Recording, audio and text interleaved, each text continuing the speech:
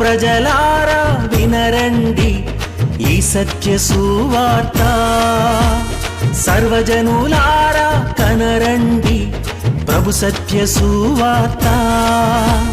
వినవచ్చిన ప్రియులకు విమోచన యేసు వార్త.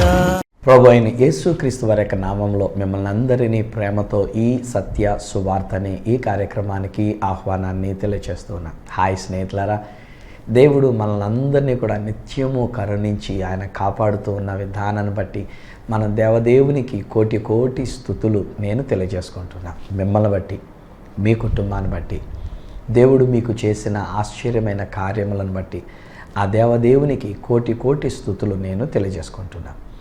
నేను వాక్యంలోనికి వెళ్ళేదానికి ముందు ఈరోజు ఒక విషయాన్ని నేను మీతో పంచుకోవాలని ఆశపడుతున్నా. అదేంటంటే, దేవుని మహాకృప చేత గడిచిన కొన్ని సంవత్సరాలుగా డైలీ ప్రోగ్రామ్గా ఈ సత్య సువార్త అనే ఈ కార్యక్రమం ప్రతిరోజు ఉదయం 6 గంటల నుంచి 6:30 గంటల వరకు దేవుని యొక్క వాక్యాన్ని మీతో పంచుకోవడానికి దేవుడు నాకు ఈ అమూల్యమైన అవకాశం ఇచ్చినందుకు దేవునికి కోటి కోటి స్తుతులు నేను చెల్లించుకుంటూ ఉన్నా. వాస్తవానికి సామర్లకోట ఆంధ్ర బాప్టిస్ట్ చర్చ్లో పాస్టర్ గారుగా నేను సేవ చేసుకుంటూ ఉన్నా. సంఘంలో ఉన్నటువంటి కొన్ని వందల మంది బిడ్డలకు నేను దేవుని యొక్క వాక్యాన్ని నేను బోధిస్తూతో పాటుగా ఇలాగున టీవీలో నేను మాట్లాడుతున్నందు చేత అదిను మన కాంతి టీవీ ఛానల్లో నేను మాట్లాడుతున్నప్పుడు కొన్ని లక్షల మంది ప్రజలకి సువార్తని అందించగలుగుతూ ఉన్నా. దేవుని మహాకృప చేత మన యొక్క కాంతి టీవీ ఛానల్ 18 జిల్లాలకు పైగా ఆంధ్ర రాష్ట్రము, తెలంగాణ రాష్ట్రంలో కూడా అనేకమైన ప్రదేశాలలో ఈ సత్య సువార్తని కాంతి టీవీ ఛానల్ ద్వారా ప్రసారం చేయడానికి దేవుడు నాకు ఇచ్చిన ఈ అమూల్యమైన అవకాశాన్ని బట్టి నేను దేవునికి కోటి కోటి స్తుతులు నేను తెలియజేసుకుంటూ ఉన్నా. ఫ్రమ్ ద డే నేను బ్రదర్ రాజు గారిని నేను కలుసుకున్నది మొదలుకొని, నేను కార్యక్రమాలను మొదలుపెట్టింది మొదలుకొని ఈ దినం వరకు చూస్తే ఆయన యొక్క మంచితనం, అనగా రాకో రోజు గారి యొక్క మంచితనం, ఆయన యొక్క ప్రేమ, ఆయన యొక్క భార్య, వాళ్ళిద్దరూ కలిసి కష్టపడి పనిచేస్తూ ఉన్నటువంటి ఒక విధానం, చివరికి వారి యొక్క కుమార్తెలు బిడ్డలు కూడా ఈ విషయంలో ఏదో ఒక రకంగా వారి యొక్క సహకారాలను అందిస్తూ కుటుంబముగా వారు దేవుని యొక్క సేవా పరిచయంలో సాగుతున్న విషయాలను నేను చూస్తున్నట్టే దేవునికి నేను ఎంతగానో స్తుతి చెల్లించుకుంటున్నా. హృదయపూర్వకంగా రాకో రోజు గారిని, అలానే వారి యొక్క సత్యమణిని, వారి యొక్క బిడ్డల్ని నేను దీవిస్తూ ఉన్నా.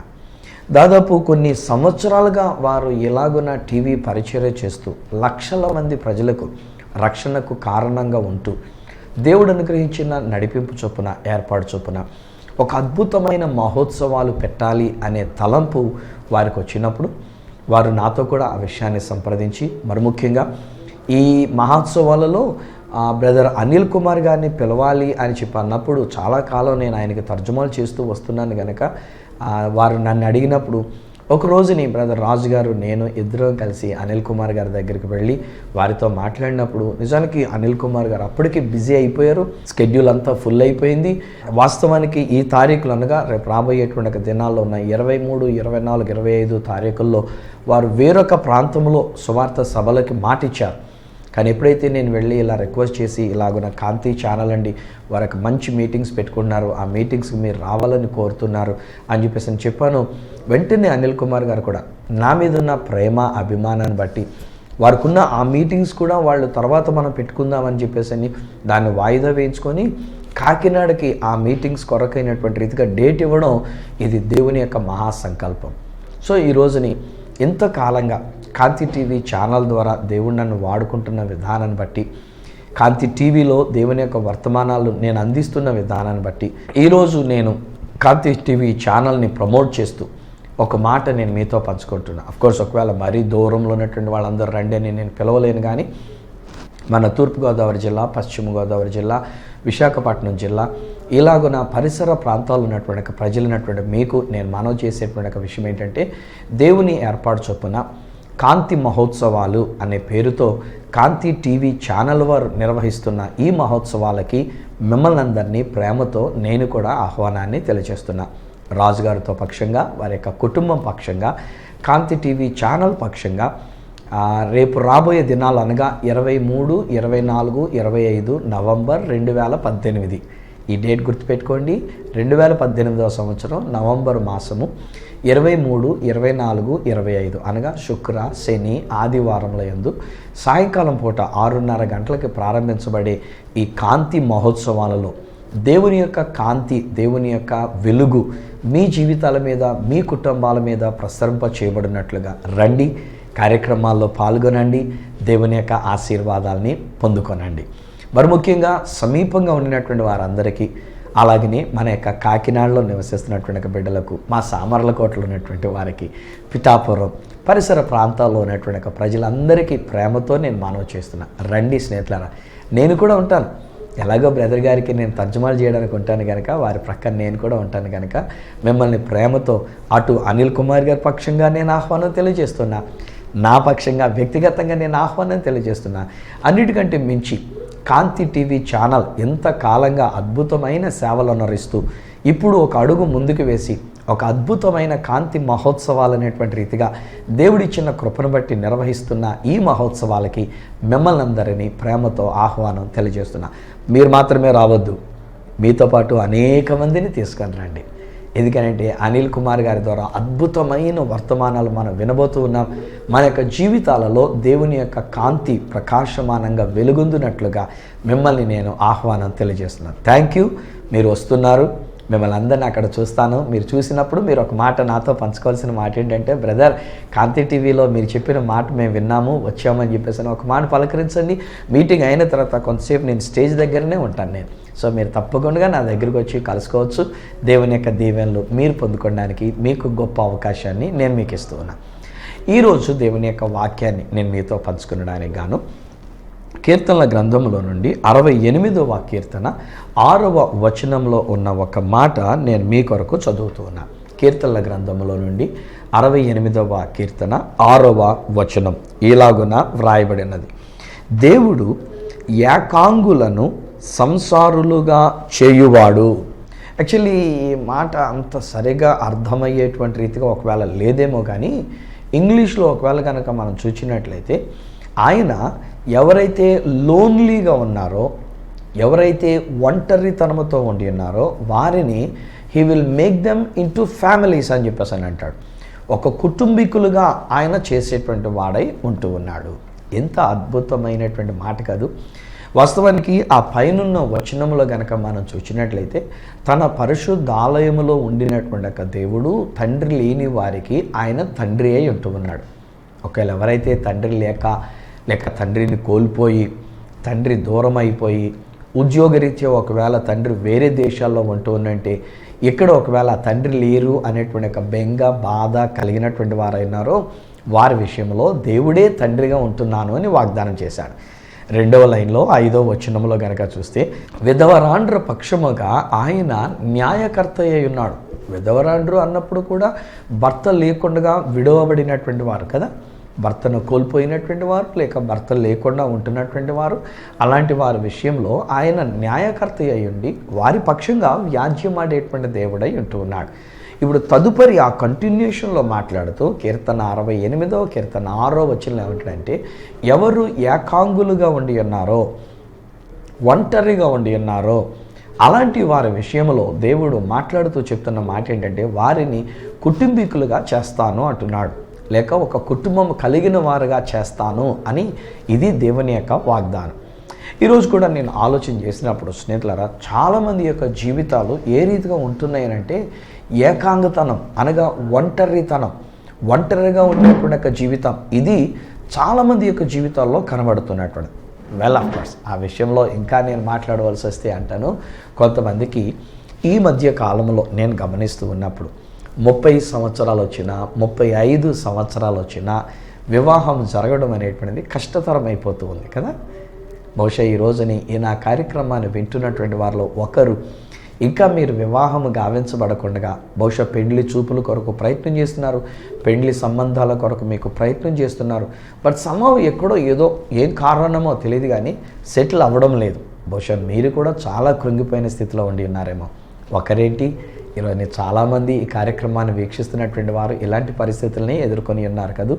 నాకు వచ్చే ఫోన్ కాల్స్లో, నాకు వచ్చే ప్రేయర్ రిక్వెస్ట్స్లో, వాట్సాప్లో పంపించేటువంటి ఒక మెసేజెస్లో కూడా చాలామంది బిడ్డలు చెప్తున్నటువంటి మాటలు ఏంటంటే, అయ్యా నా కోసం ప్రార్థన చేయండి, నా వివాహం కోసం ప్రార్థన చేయండి, ఇంకా వివాహం కాలేదు, ఇంట్లో మ్యాచెస్ వెతుకుతున్నారు కానీ ఎవ్వరూ సరైనటువంటి సంబంధంగా మాకు రావట్లేదు, తీరా ఒకవేళ వచ్చినా ఏం జరుగుతుంది అని అంటే చాలా కట్నం అడుగుతున్నారు, అంత కట్నం ఇచ్చుకోలేనటువంటి ఒక పరిస్థితిలో నాన్నగారు వాళ్ళు అమ్మగారు వాళ్ళు ఉండి ఉన్నారు, సో ఏం చేయాలో తోచట్లేదు, ప్లీజ్ మా కోసం ప్రార్థన చేయండి అని చెప్పేసి అని అంటున్నారు.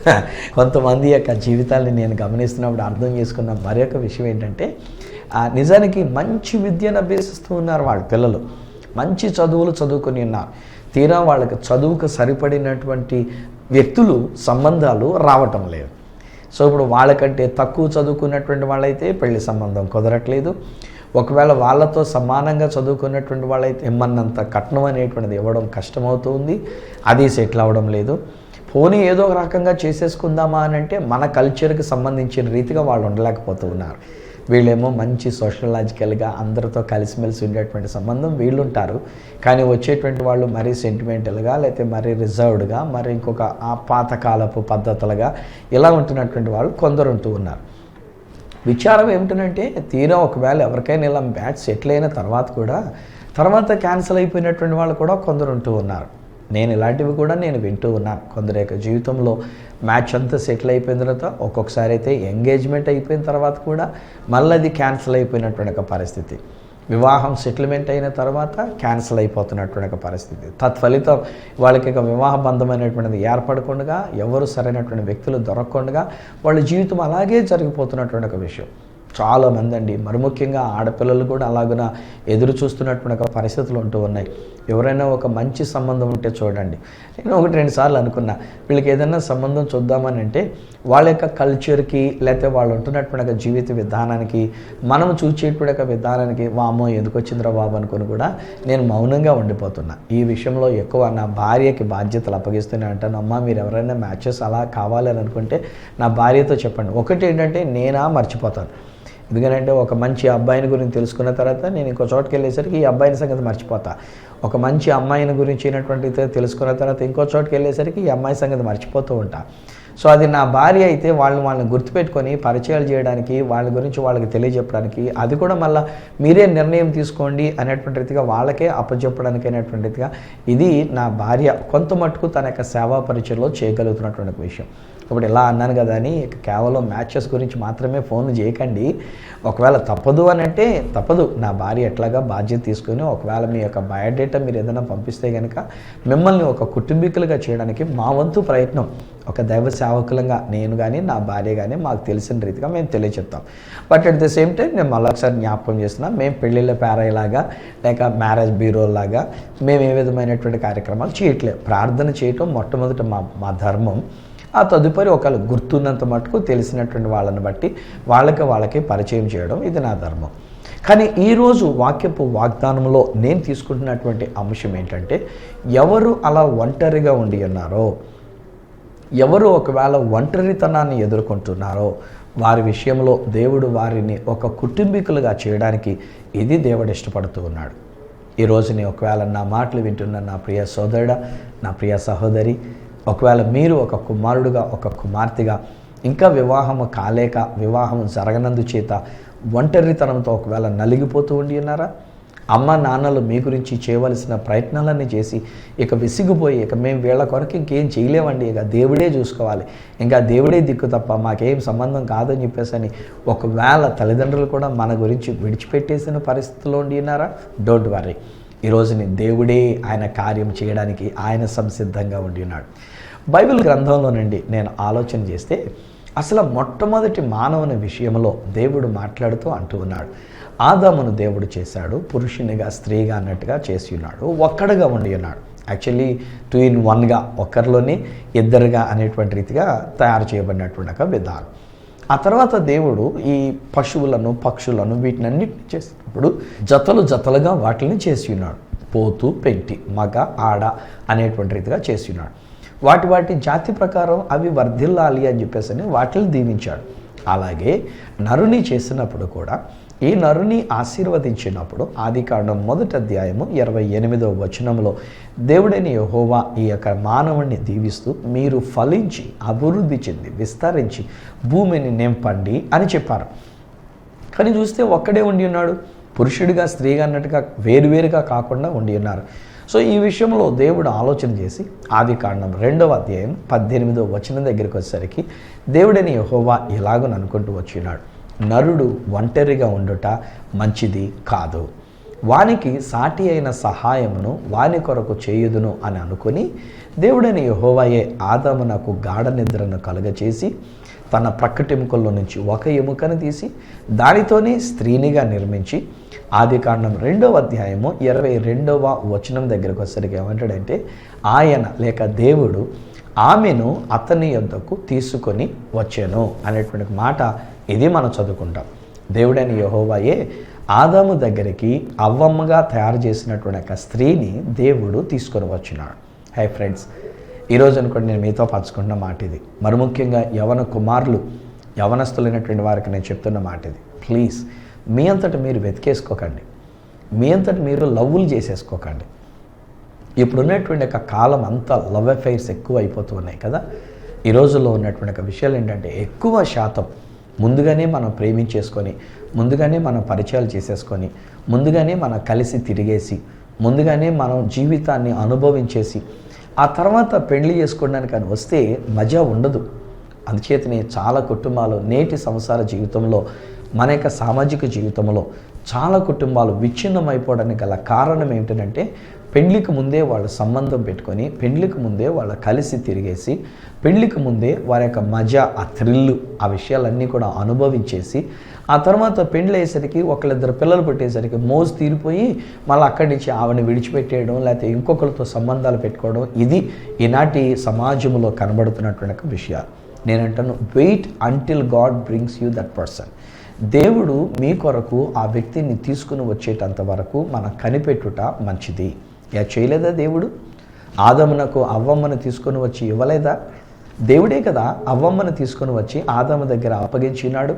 ఆదామా, ఇదిగో నీ కొరకు ఈ స్త్రీని చేసి ఉన్నారు, ఈమె నీకు భార్యగా ఉంటుంది అని చెప్పేసి దేవుడు చేయలేదా? తర్వాతకు వస్తే అబ్రహాము తన యొక్క కుమారుడైనటువంటి యొక్క ఇస్సాకు విషయంలో ఆలోచన కలిగి ఉండి అంటాడు కదా, నేను ఏ అన్యజనుల మధ్య నేను నివసిస్తున్నానో ఈ అన్యజనులలో నుండి ఏ అమ్మాయిని నా కొడుకు చేసుకోవద్దు. నా బంధువులు, నా స్వజనులైనటువంటి వాళ్ళు, నా యొక్క విశ్వాసంతో కూడినటువంటి ఒక ప్రజలు అక్కడికి వెళ్ళి నా కుమారుని కొరకు ఒక కుమార్తెను వెతికి తీసుకొని రా అని చెప్పేసి తన యొక్క పనివారిలో ప్రధానమైనటువంటి పనివాడిగా పరిగణించబడిన ఎలియాజరు అనేటువంటి అతనికి బాధ్యత అప్పగించలేదా? ఎలియాజరు వెళ్ళి ఇతని కొరకు అనగా ఇస్సాకు కొరకైనటువంటి సరైన వ్యక్తి రెబెక్కమ్మను వెతికి తీసుకొని రాలేదా? దేవుడు ఏర్పాటు చేసింది కాదా? అక్కడ వాళ్ళు దేవుని యొక్క వాక్యంలో మాట్లాడుతూ ఉన్నప్పుడు ఇది యెహోవా వలన కలిగినటువంటి కార్యం, మేమైతే అవునని కానీ కాదని కానీ చెప్పజాలమని వాళ్ళు పలకలేదా? ఈరోజు ఎందుకు మనం కంగారు పడాలి? ఎందుకు మనం తొందరపడాలి? ఎందుకు మనం ఆలోచన చేసుకొని ఈ అమ్మాయిని నేను లవ్ చేస్తున్నాను, ఈ అమ్మాయిని నేను పెళ్లి చేసుకుంటున్నాను, అమ్మ నాన్నలు ఇష్టపడకపోయినా, అమ్మ నాన్నల యొక్క అంగీకారం లేకపోయినా ఇష్టం వచ్చినట్టుగా పెళ్లి చేసుకుంటాం. ఈ మధ్యలో నేను వింటున్న మరి ఒక విషాదకరమైనటువంటి ఒక విషయం ఏంటంటే, పోనీ ఏదో అమ్మాయిని ప్రేమించారని అంటే అనుకోవచ్చు, ఒక అమ్మాయిని ఇలా ప్రేమించారో ఆ అమ్మాయినే చేసుకుంటాను అని చెప్పేసి ఆయన పేచి పెడుతున్నాడు, మారం చేస్తున్నాడు అని అంటే సరే అని ఒకవేళ అంగీకరించవచ్చునేమో. కానీ విచారం ఏంటంటే చాలా దాదాపు 3-4 ఫ్యామిలీస్ నాతో చెప్పినటువంటి ఒక మాటలు ఏంటంటే, వాళ్ళ అబ్బాయి ఒక అమ్మాయిని ప్రేమించి పెళ్లి చేసుకున్నాడు అని చెప్తూ వాళ్ళు అన్నారు, అక్కడితోటైతే బాగుండిపోనండి, మేము కూడా అంగీకరించి ఉండేవాళ్ళం, కానీ వాడు చేసుకున్నది ఆల్రెడీ పెళ్ళైపోయిన అమ్మాయిని చేసుకున్నాడండి. అయ్యయ్యో ఎంత విచారం. ఒక కుటుంబంలో ఒకరు వాపోతూ చెప్పినటువంటి ఒక మాట ఏంటంటే, భర్త ఉంటుండగా ఆ భర్తను విడిచిపెట్టేసి ఆ అమ్మాయి వచ్చి ఇతనితో ఉంటూ ఉంది, ఆమెను మేము అంగీకరించలేకపోతున్నాము అన్నారు. ఇప్పటికి పోనీ రాజీ పడిపోదామనంటే 2 సంవత్సరాల పైన అయ్యింది, ఇప్పటికి ఇంకా వీళ్ళకి పిల్లలు పుట్టలే. పోనీ వీళ్ళకి ఏదైనా ఒక పిల్లోడన్నా పాప అయినా పుట్టుంటే పోనీ ఇంకెలాగో సర్దుకుపోదామండి, కానీ పిల్లలు పుట్టే అవకాశం లేనట్టుంది ఆ అమ్మాయికి, మేము మాట్లాడలేదు, వాడు చేసుకునేది ఇలాగ ఆల్రెడీ పెళ్ళైపోయిన ఇంకొక ఆవిడతో ఉండి ఉన్నాడు. అలాగనే మొన్న మధ్యలో కూడా నేను ఎవరో ఒకరితో మాట్లాడుతున్నప్పుడు వాళ్ళు కూడా అంటున్న మాట అదే, వాళ్ళ యొక్క కుమారుడు బీటెక్ ఎంతో పై వరకు చదివించినటువంటి ఒక కుమారుడు, మంచి చదువుకున్నటువంటి ఒక కుమారుడు తీరా చూస్తే ఏమైంది అని అంటే వేరొక సంబంధించినటువంటి వాడిని, అంటే వాళ్ళ కుటుంబానికి సంబంధించని వేరొకలైనటువంటి వాళ్ళని ఎవరినో వివాహం చేసుకున్నాడు. పోనీ వేరొకరిని చేసుకున్నా పోనీ మేము సర్దుకుపోదుమండి, కానీ పెళ్ళైపోయినటువంటి ఆవిడని చేసుకున్నాడండి, పెళ్ళైపోయి ఇద్దరు పిల్లలు ఉన్నటువంటి ఆవిడని పెళ్లి చేసుకున్నాడండి, ఏమన్నా కర్మండి ఇది, మేము అందుకనే మా దగ్గర ఉండొద్దురా బాబు నువ్వు పోరా అని చెప్పేసానంటే వాడు వేరేగా వాళ్ళ అమ్మాయి ఊర్లోనే వాళ్ళు అక్కడ ఉంటూ ఉన్నారండి అని చెప్పేసి అని వాపోతూ ఉండినారు. సో ఈరోజు నేను నా మాటలు వింటున్నటువంటి యవన కుమారులైనటువంటి వారికి నేను చెప్తున్న మాట ఏంటంటే, బాబు ప్లీజ్ వెయిట్. ఓకేలే 30 సంవత్సరాలు వచ్చేసినాయి బహుశా మీకు, లేక 30 సంవత్సరాలు దాటిపోయినాయి. దేవుడు అన్యాయస్తుడు కాడు, దేవుడు నిన్ను విడిచిపెట్టేసే దేవుడు కాడు. నీకు సరైన వ్యక్తిని దేవుడు తీసుకుని వచ్చేటంత వరకు దైవ చిత్తము కొరకు కనిపెట్టుకోవాలని క్రీస్తు ప్రేమతో నేను మీకు మనవి చేస్తున్నాను. అలాగే ఆడపిల్లలు కూడా, పిల్లలు ఒకవేళ మీకు ఆల్రెడీ పెండ్లై ఉంటే నీ భర్తతోటి నువ్వు సుఖంగా ఉండాలి తప్ప వాని వలన ప్రయోజనం లేదు, వాడు నన్ను సరిగ్గా చూడడం లేదు, వాడు నన్ను అనుమానిస్తున్నాడు, ఒక సైకోలాగా ఉంటూ ఉన్నాడు కనుక నేను ఇంకొకరిని ఎవరినైనా చూసుకుంటానని ఒక మంచి అబ్బాయిని, పెండ్లి కాని అబ్బాయిని చూసుకొని పెండ్లైన మీరు అతనితో అలా జీవించడం అది సరైన విషయం కాదు కదా. క్రీస్తు ప్రేమతో నేను చెప్తూ ఉన్నాను. మీ మనస్సాక్షి గద్దించినట్లయితే మీ తప్పుని సరి చేసుకోవాల్సిందిగా కూడా నేను మీకు మనవి చేస్తున్నాను. ఎలా సరి చేసుకుంటారో నాకు తెలియదు. ఇప్పుడు ఒకవేళ వీడిని వాడిని విడిచిపెట్టేసే అనేది నేను చెప్పట్లే, కానీ దేవుని చేతులకు నేను అప్పగిస్తున్నా. ఏది మీ మనస్సాక్షికి సరైనటువంటిదిగా దేవుడు నడిపిస్తాడో ఆ ప్రకారంగా పాపములో నుండి, ఆ క్లచెస్లో నుంచి బయటికి రావాలని నేను మిమ్మల్ని కోరుకుంటున్నా. మన వలన ఇంకొకరు ఏడవకూడదు, మన వలన ఇంకొకరు కన్నీరు పెట్టకూడదు, ఆ అబ్బాయి యొక్క తల్లిదండ్రులు మన వలన వేదన పడకూడదు. మన యొక్క జీవితం మనం పాడైపోయింది కాకుండా 10 మందిని పాడు చేసేటువంటి విధంగా మనం ఉండవద్దు. అందుకే ఆడపిల్లలకి నేను మనవి చేస్తున్నా, మీ యొక్క వివాహ జీవితంలో ఎవరితో వివాహమైందో వారితో నమ్మకంగా ఉండడానికి ప్రయత్నం చేయండి. అంతే తప్ప వివాహమైన తర్వాత ఒక బాబును ఒక పాపను కన్న తర్వాత మరలా ఈసారి ఇంకొక యవనస్తుడితో ఉండడానికి, ఇంకొక యవనస్తులను చేసుకునడానికి, ఆ యవనస్తుని యొక్క జీవితాన్ని పాడు చేస్తూ ఆ యవనస్తుని యొక్క జీవితంలోనికి అడుగు పెట్టడానికి ఇట్లాంటివి చేయొద్దు. ఒక్కొక్కసారి పెండ్లైనటువంటి యవనస్తులైనటువంటి వారితో కూడా ఇంకొకరు వచ్చి ప్రవర్తించే విధానం ఉంటుంది.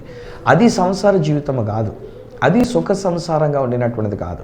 దేవుని యొక్క వాక్యం క్లియర్గా చెప్తున్నటువంటి ఒక మాటలు ఏంటంటే, ఒక పురుషునికి ఒక భార్యనే ఉండాలి.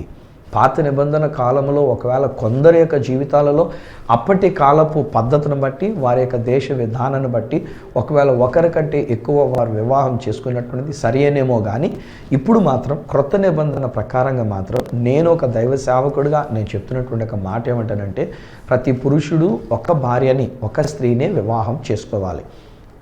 వేరొక సంబంధాలు మనం పెట్టుకోకూడదు. మన పానుపు నిష్కల్మషంగా ఉండాలి, పవిత్రమైనటువంటిదిగా ఉండాలి. భార్యతో సుఖించేటువంటిది భార్యతోనే సుఖించాలి.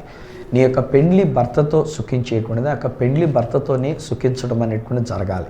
అంతే తప్ప మన ఇష్టం వచ్చిన సంసార జీవితం, మన ఇష్టం వచ్చిన జీవితం ఇది మంచి పద్ధతి కాదు.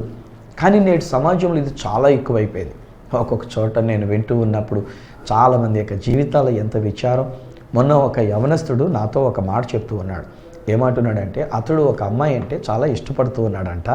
ఆ అమ్మాయిని గురించినటువంటి విషయం చెప్తూ ఏం చెప్పమంటారు, ఆ అమ్మాయి కూడా చాలా డిప్రెషన్లో ఉందండి, అందుకని నేను ఆ అమ్మాయి అంటే నేను ఇష్టపడుతున్నాను. ఏంటైనా డిప్రెషన్ అంటే, వాళ్ళ నాన్నగారు వేరే దేశంలో ఉంటూ ఉన్నారు. అక్కడ వాళ్ళ నాన్నగారు వేరే ఆవిడతో అక్రమ సంబంధం పెట్టుకొని ఆయన జీవిస్తూ ఉన్నారు. వాళ్ళ అమ్మగారు ఇక్కడ ఒంటరిగా ఉంటూ ఉన్నారు. ఇక్కడ ఈవిడికి ఇంకొక ఆయన పరిచయం అయినందుచేత ఈవిడ ఇప్పుడు ఇంకొక ఆయనతో ఈవిడ కలిసి జీవిస్తూ ఉంది. సో అమ్మ అలా ప్రవర్తించి నాన్న అలా ప్రవర్తించినందుచేత ఈ అమ్మాయి డిప్రెషన్లోకి వెళ్ళి ఈ అమ్మాయి వేరువేరుగా మాట్లాడుతోంది. ఈలోగా ఈ అబ్బాయి ఆ అమ్మాయికి పరిచయం అయ్యి ఈయన నన్ను అడుగుతూ అంటున్నాడు కదా, ఏం చేయమంటారు పాస్టర్ గారు, ఆ అమ్మాయి అంటే నాకు చాలా ఇష్టం, నేను విడిచిపెట్టలేకపోతున్నాను. ఈ అమ్మాయి ఏమో తనకు జరిగినటువంటి ఒక పరిస్థితులను బట్టి నన్ను కూడా నమ్మకుండా ఉంటూ ఉన్నది. అప్పుడు నేను ఒకటే మాట చెప్పాను, బాబు దైవ చిత్తము కొరకు నువ్వు కనిపెట్టు. దేవుని చిత్తం అయితే దేవుడు మీ ఇద్దరిని కలిపితే ఆ అమ్మాయి కలిగినటువంటి ఒక డిప్రెషన్లో నుంచి బయటకు తీసుకొని రావడానికి దేవుడు నిన్ను వాడుకుంటే సంతోషం. కానీ నీవేదో సానుభూతితోనో లేకపోతే నీవేదో ప్రేమ అనే పేరుతోనో నీవు నీ యొక్క కామ కోరికలు తీర్చుకోవడానికి అనేటువంటి రీతిగా ఆ అమ్మాయి దగ్గర నువ్వు ప్రవర్తించవద్దు, అది కూడదు అని చెప్పేసి నేను చాలా క్లియర్గా చెప్పినా. ఈరోజుని దేవుడు మనతో మాట్లాడుతున్నటువంటి ఒక మాట ఏమిటంటే, ఏకాంగులుగా ఉన్నటువంటి వాడిని, ఒంటరిగా ఉండినటువంటి వాడిని, ఇంకా వివాహము కాకుండా ఉండినటువంటి వాడిని ఒక ఫ్యామిలీగా, ఒక కుటుంబముగా మిమ్మల్ని చేయగలిగినటువంటిది ఆ దేవుడైన యెహోవాయే. ఆదామునకు చేయగలిగినటువంటి ఒక దేవుడు అబ్రహాము యొక్క కుమారుడైనటువంటి ఒక ఇస్సాకునకు రెబెక్కాని తీసుకొని వచ్చినటువంటి ఒక దేవుడు ఎవరెవరి జీవితంలో చూసినా వివాహ బంధములో ఒక అద్భుతమైనటువంటి ప్రక్రియ, ఒక అద్భుతమైన మీనింగ్, అర్థాన్ని కలిగించినటువంటి ఒక దేవుడు మీ జీవితంలో కూడా మిమ్మల్ని ఆశీర్వదిస్తూ ఉన్నాడు. ఒంటరిగా ఉండి ఉన్నారా? కుమారులే కాదు, ఈవెన్ కుమార్తెల విషయంలో కూడా నేను చెప్తున్నాను. డోంట్ వరీ అమ్మా, పాప మీ గురించి కూడా నేను మాట్లాడుతున్నాను. వయసు దాటిపోయింది, మీకు పెళ్లి చేయడానికి స్తోమత లేకపోయింది, తల్లిదండ్రులకి కట్నం ఇచ్చుకోవడానికి అనుకున్నంత కట్నం లేకపోయింది. ఈ రోజున ఒకవేళ మీరు నలిగిపోతున్న స్థితిలో ఉండి ఉన్నారు. డోంట్ వరీ, దేవుని మీద ఆధారపడండి. ఆ దేవుడే మిమ్మల్ని ఒక కుటుంబీకులుగా చేయనన్నాడు. దేవుడే మీకు కావలసిన కుటుంబ ఆదరణ, ఓదార్పును ఆ దేవుడు మీకు అనుగ్రహించనన్నాడు. వాస్తవానికి చెప్పాలంటే కుటుంబం అనేటువంటిది పరలోకపు నమూనాగా ఈ భూమి మీద దేవుడు కనబరుస్తున్నటువంటిది. ఈ లోకంలో ఒక కుటుంబం ఉన్నప్పుడు భర్త, భార్య, బిడ్డలు మనమందరూ కలిసిమెలిసి ఉంటున్నప్పుడు ఆ ఇల్లే ఒక స్వర్గం, ఆ కుటుంబమే ఒక స్వర్గం. అలాంటి స్వర్గాన్ని, పరలోకపు స్వర్గాన్ని ఈ భూమి మీద కనబరచడానికి దేవుడు మిమ్మల్ని ఒక కుటుంబీకులుగా దేవుడు చేస్తున్నాడు. ధైర్యం తెచ్చుకునండి. ఇక మీదట ఆలస్యం ఉండదు. జీవితంలో మీకు ఉండవలసినటువంటి వ్యక్తులను దేవుడు మీకు అనుగ్రహిస్తున్నాడని తెలియజేస్తూ ఉన్నా, దేవుడే మీ కొరకు వారిని తీసుకుని వస్తున్నాడని నేను తెలియజేస్తున్నా. మ్యారేజ్ బ్యూరోల మీద నమ్మకం పెట్టుకోవద్దు. ఈరోజు నీ కంప్యూటరైజ్డ్ బ్యూరోల మీద మనం నమ్మకం పెట్టుకోవద్దు. ఎవరో అని కంప్యూటర్లో తెలియజేసినటువంటి ప్రకారంగానే కూడా వెళ్ళొద్దు. దేవుని దగ్గర కనిపెట్టండి, దేవుని యొక్క ఆలయంలో కనిపెట్టండి. పరిశుద్ధ ఆలయంలో ఉండినటువంటి దేవుడు మిమ్మలను, ఏకాంగులుగా ఉన్న మిమ్మల్ని, ఒంటరిగా ఉన్న మిమ్మలను ఒక కుటుంబీకులుగా దేవుడు చేయగలిగినటువంటి దేవుడు.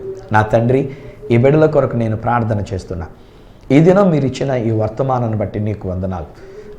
నా మాటలు వింటున్న వీరిలో కొందరు ఏకాంగులుగా ఉండి ఉన్నారు, ఇంకా వివాహము కాకుండా ఉండి ఉన్నారు. తల్లిదండ్రులు వాపోతూ ఉన్నారు, కుటుంబీకులు కన్నీరు పెడుతూ ఉన్నారు. వయసు వచ్చినటువంటి యవ్వన బిడ్డలు మాకు ఇంకా వివాహము కాలేదని ఒక విధమైన డిప్రెషన్కి లోనవుతూ ఉండి ఉన్నారు. కానీ అలాంటి వారిని మా ప్రభా మీరు ఆశీర్వదించి ఒక కుటుంబీకులుగా చేస్తున్నందుకు మీకు వందనాలు, చేసినందుకు మీకు వందనాలు. యేసు నామములో నేను క్లెయిమ్ చేస్తున్నా. ఈ కుమారుడు కానివ్వండి, ఈ కుమార్తె కానివ్వండి, మీ మహిమ కొరకు వారు జీవించుదురుగాక, ఒక కుటుంబీకులుగా వారు జీవించుదురుగాక, వారి కుటుంబంలో దేవుని యొక్క సన్నిధిని వారు కనబరచుదురుగాక. మీ వాక్యపు వాగ్దాన ప్రకారంగా, మీ చిత్త ప్రకారంగా మీరు తీసుకొని వచ్చిన వ్యక్తితో తొందరపడి మేము చేసుకునే నిర్ణయాలు కాదనైనా, తొందరపడి మేము ఆలోచించే ఆలోచనలు కాదనైనా, నీ చిత్త ప్రకారమైన వ్యక్తితో మా యొక్క జీవితం స్థిరపరచబడును గాక. ఆల్రెడీ పెండ్లైనటువంటి వారు వారి యొక్క భార్యతో, భర్తతో వారు సుఖజీవనం గడుపుదురుగాక. ఒకవేళ ఏదైనా డిస్టర్బెన్సెస్ ఉంటే అలాంటి డిస్టర్బెన్సెస్ అన్నీ తొలగిపోయి కుటుంబంలో ఉండవలసిన శాంతి, సమాధానం వారు కలిగి ఉందరుగాక. కుటుంబంలో సకల ఆశీర్వాదములు వారు కలిగి ఉందరుగాక. కుటుంబం అనేటువంటి దానిని ఒక స్వర్గముగా ఈ భూమి మీద వారు కనబరచుదురుగాక. భార్య భర్తలు వారు సుఖముగా జీవించుదురుగాక. యేసు నామములో నేను క్లెయిమ్ చేస్తున్నా. ప్రతి విధమైనటువంటి అడ్డంకులు తొలగిపోవాలి, ప్రతి విధమైన అడ్డుదారులు లయమైపోవాలి, అక్రమ సంబంధములన్నీ లయమైపోవాలి. యేసు నామములో నేను ప్రకటిస్తున్నా. మంచి సంసార జీవితం, కుటుంబ జీవితాన్ని ఈ ఇంటిల్లు పాదికి నేను డిక్లేర్ చేస్తున్నా. Thank you daddy. ఒకవేళ ఏదైనా లోపం ఉంటే, ఒకవేళ ఏదైనా అడ్డుత్రోవ తొక్కుండి ఉంటే ప్లీజ్ డాడీ క్షమించండి. ఎకనైనా వారందరూ కలిసిమెలిసి అన్యోన్యంగా ఒక కుటుంబముగా పెండ్లైనటువంటి వారు, పెండ్లి కావలసినటువంటి వారు నీ మహిమ కొరకు జీవించున్నట్లు నీ కృప వీరిపై కుమ్మరించుమని, దీవించుమని యేసు నామమున ప్రార్థించి పొంది ఉన్నాము తండ్రి. ఆమేన్, ఆమేన్. తండ్రి, కుమార, పరిశుద్ధాత్మలను దేవదేవుని దీవెన ఆశీర్వాదం ఆయన బిడ్డలుగా మీకు, మీ కుటుంబానికి, ఇంకా కుటుంబీకులు కావలసినటువంటి యవన బిడ్డలకు ప్రభు చేత అనుగ్రహించబడిన జీవిత భాగస్వాములను కలిగి ఒక కుటుంబముగా మీరు కట్టబడినట్లు సదా మీకు తోడయుండి మిమ్మల్ని ఆశీర్వదించి నడిపించును గాక. ఆమేన్, ఆమేన్. వెల్ స్నేహితులారా, సంతోషంగా ఉండండి. మీరు తొందరపడకండి, మీరు నిర్ణయాలు తీసుకోకండి, దేవునికి విడిచిపెట్టండి. దేవుని ఆలయానికి వెళ్ళి ప్రార్థన చేసుకునండి. ఆ దేవుడు చూపించే వ్యక్తి కొరకు మీరు ఎదురు చూడండి. ఆయనే మీ దగ్గరకు ఆ వ్యక్తిని తీసుకొస్తున్నాడు. తల్లిదండ్రులు మీరు కూడా కలవరపడద్దు. మీ బిడ్డల కొరకు దేవుని దగ్గర మీరు కనిపెట్టిన ప్రకారంగా దేవుడు చూపించేటువంటి జీవిత భాగస్వామి కొరకు ఎదురు చూస్తూ ఉందాం.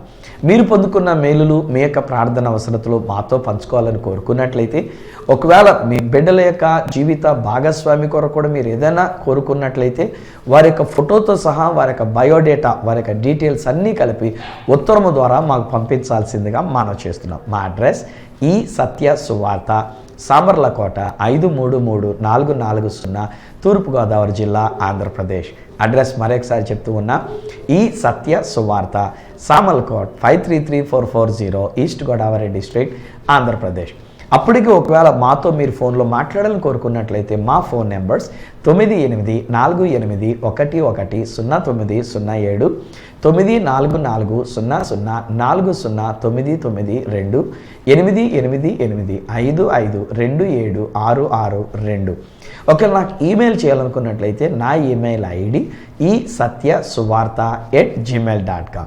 మళ్ళీ రేపటి దినాన్ని ఈ సత్య సువార్త కార్యక్రమంలో మిమ్మల్ని కలుసుకొని మరొక అద్భుతమైన సువార్తమానంతో మీ ముందుకు వచ్చేటంత వరకు మనందరినీ ఒక కుటుంబీకులనుగా తీర్చిదిద్దుతూ ఆ పరలోకపు నమూనాగా ఈ భూమి మీద జీవింపచేసే ఆ దేవాతి దేవుని చేతులకే మిమ్మల్ని అప్పగిస్తూ మీ దగ్గర సెలవు తీసుకుంటున్న మీ ప్రియ సహోదరుడు ఈ సత్య సువార్త రాజు.